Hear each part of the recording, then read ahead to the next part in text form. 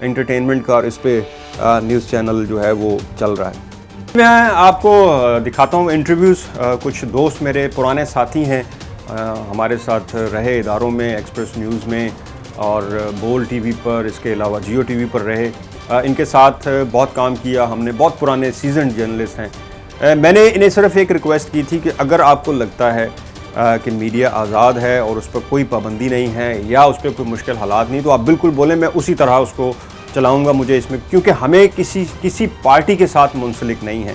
اب حالات تو چونکہ یہ ہو گئے ہیں کہ وہی جرنلسٹ اس وقت کامیاب ہیں جو کسی ایک پارٹی کے ساتھ مل کر چل رہے ہیں۔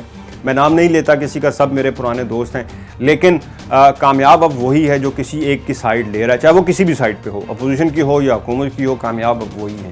لیکن جو نیوٹرل رہ کے اپنی آواز اٹھاتے ہیں، ان کی آواز چونکہ نہ ان کا کوئی سچ سننے کو کوئی تیار ہی نہیں ہے، اس لیے کیونکہ وہ سچ بولتے ہیں، اس لیے سچ پہ کوئی یقین نہیں کرتا۔ جھوٹ جتنا بول دیا جائے اتنی جلدی سے، تیزی سے وہ آگے بڑھتا ہے، پھیلتا ہے، اور لوگ فوراً اس کو سنتے ہیں کہ یہ بات شاید ٹھیک ہوگی، کیونکہ اس پہ یقین نہیں کرتے لوگ۔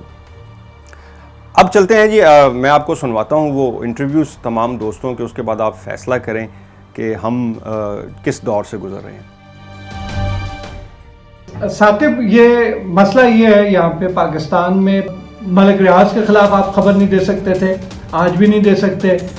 اب صورتحال تھوڑی سی اس سے بھی باہر نکل گئی ہے۔ پہلے گورنمنٹس کے خلاف آپ دے پاتے تھے خبریں، آج کل آپ خبر دیں تو وہ چینل ہی بند کروا دیتے ہیں۔ یہ بہانہ یہ بنتا ہے کہ جی آپ کا لائسنس انٹرٹینمنٹ کا تھا، آپ کا انفرٹینمنٹ کا تھا، آپ نے خرید لیا تھا۔ خالد بٹ کا شو ہے، اس میں انہوں نے ساروں کی کاپی کی، لیکن جیسے ہی انہوں نے وزیر اعظم عمران خان کی کاپی کی خالد بٹ کے پروگرام میں، تو فوری طور پہ نیو ٹی وی کو نوٹس آ گیا کہ جناب آپ کا چینل جو ہے وہ نیوز چینل نہیں ہے، آپ نہیں چلا سکتے، اور بند کر دیا۔ آج کل یہاں پہ پی ٹی آئی کی گورنمنٹ آنے کے بعد سے صورتحال یہ ہے یہاں پر کہ آپ کے جو بیٹ رپورٹرز ہیں، بیٹس تک چینج کروائی جاتی ہیں یہاں پہ۔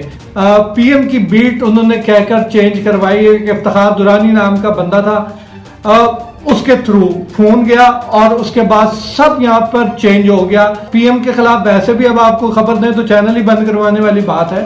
یہ جو منی مارشل لا آپ اس کو کہہ لیں، جو عمران خان کا آیا ہوا ہے اس وقت، یہ جو چائنا کی طرز پر یا سعودی طرز پر جو میڈیا کو کنٹرول کرنے کا جو ایک سسٹم بنایا جا رہا ہے اس وقت پاکستان میں، اس کی جو یہ کامیابی کی طرف جا رہا ہے، وہ اس کی بنیادی وجہ یہ ہے کہ آوازیں خاموش کر دی جاتی ہیں کہ جو بندہ ان کے خلاف بولتا ہے، جو ان کے خلاف بات کرتا ہے، اس کو فوراً چلی جاتی ہے۔ جیو پہ تو انہوں نے نثار عباسی کو نکلوانے کی، حامد میر کو نکلوانے کی بے پناہ کوشش کی، کامیاب ہے۔ بھائی جو اس وقت صورتحال ہے پاکستان میں آزادی صحافت کی، آپ دیکھ رہے ہیں کہ چینل بند ہو رہے ہیں، اخباروں نے لوگ کم کر دیے ہیں، مالی حالات بھی ہیں لیکن کچھ پابندیاں بھی ہیں۔ ہم دیکھ رہے ہیں کہ بڑے بڑے ادارے جو تھے وہ ابھی کمزور ہو گئے ہیں۔ ایک بہت بڑے ادارے کا ایڈیٹر ان چیف جو ہے وہ نیب کی حراست میں ہے۔ صحافی بھی شکار ہو رہے ہیں پروپیگنڈے کا، جو سوشل میڈیا پہ پروپیگنڈا ان کے خلاف ہوتا ہے، جو حق سچ کی آواز اٹھاتے ہیں۔ جس طرح سیاسی جماعتوں کے جو سوشل میڈیا ٹرولز ہوتے ہیں وہ ان کو ٹارگٹ کرتے ہیں۔ آپ نے دیکھا بہت بڑے صحافیوں کو، ازما شیرازی، حامد میر بھی ان میں شامل ہیں، ان کو ٹارگٹ کرتے ہیں۔ پھر اس کے علاوہ بھی کچھ لوگ ہیں جو چھوٹے لیول پہ ہیں، وہ بھی صحافیوں کو ان کو ٹارگٹ کرتے ہیں اپنے چھوٹے چھوٹے مقاصد کے لیے۔ تو وہ جو آزادی ہمارے بڑوں نے ہمارے لیے حاصل کر کے لی تھی، اس کا بہت سارا حصہ ہم سے گم ہو گیا ہے۔ ہم دیکھ رہے ہیں کہ جو صحافیوں کی نمائندہ تنظیمیں ہیں وہ بھی تقسیم ہوئی ہیں، اور ان کا بھی کوئی سر پتہ نہیں ہے، کون بڑا ہے کون چھوٹا ہے۔ الیکشن ہو نہیں رہے، اور جو الیکشن ہوتے ہیں صحافیوں کے مابین وہ متنازع ہو جاتے ہیں۔ تو جب تک صحافی اکٹھے نہیں ہوں گے، جس طرح 70s میں تھے یا ضیاء الحق کی مارشل لا میں تھے یا ایوب خان کی مارشل لا میں تھے، اگر وہ اکٹھے نہیں ہوں گے تو پھر ان کی آزادی جو ہے وہ اسی طرح ہی سلب ہوتی رہے گی جس طرح آج سلب ہو رہی ہے۔ پاکستان میں صحافت اس وقت شدید دباؤ کا شکار ہے۔ اس دباؤ کے دو پہلو ہیں، ایک تو حکومت اور اداروں کی طرف سے دباؤ ہے، اور دوسرا مالی دباؤ ہے۔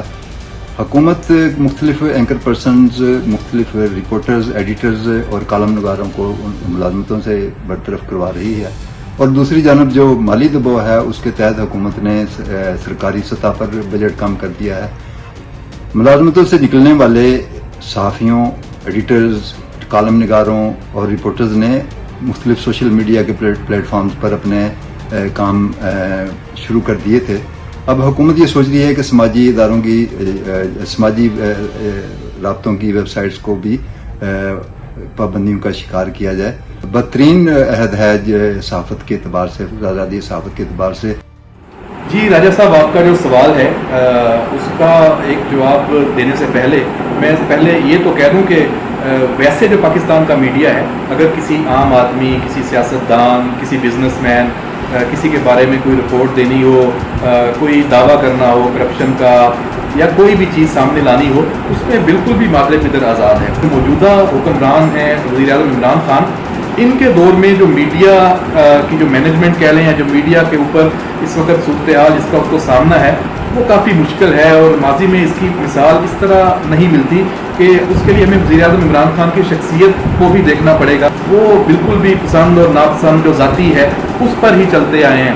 میں 20 سالوں سے جرنلزم کر رہا ہوں، آپ بھی اس سے زیادہ وقت سے ہی تعلق ہے آپ کا، اور آپ بہت اچھی طرح جانتے ہیں جو وزیر اعظم آتے تھے کسی پارٹی سے ان کا تعلق ہو، وہ پیپلز پارٹی سے ہوں، وہ مسلم لیگ نون سے ہوں، وہ کوئی عاملیت کا دور ہو، یا اس وقت پی ٹی آئی کی حکومت آئی ہے، ادارہ جس جرنلسٹ کی ذمہ داری لگاتا تھا وہی وزیر اعظم کو کور کرتا تھا.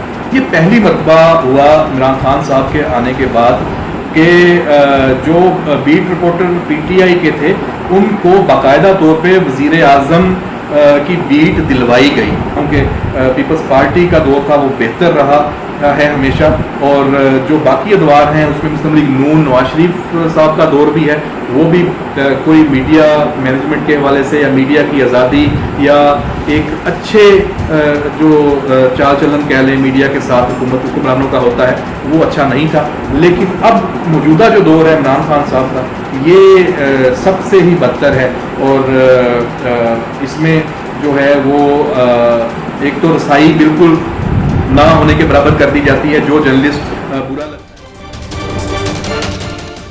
یہ انٹرویوز تھے جو میں نے آپ کو سنوائے. سیزن جرنلسٹ ہیں، پرانے جرنلسٹ، ابھی بھی بڑے اداروں کے ساتھ یہ منسلک ہیں، بیورو چیف بھی ہیں اس میں. اور آپ یہ جو کہہ رہے ہیں، میں یہ نہیں کہتا کہ آپ اس پہ آنکھیں بند کر کے یقین کر لیں، لیکن سچ یہی ہے، اور آنے والے دنوں میں مزید سختیاں جو ہے وہ پیدا کر دی جائیں گی. شکریہ.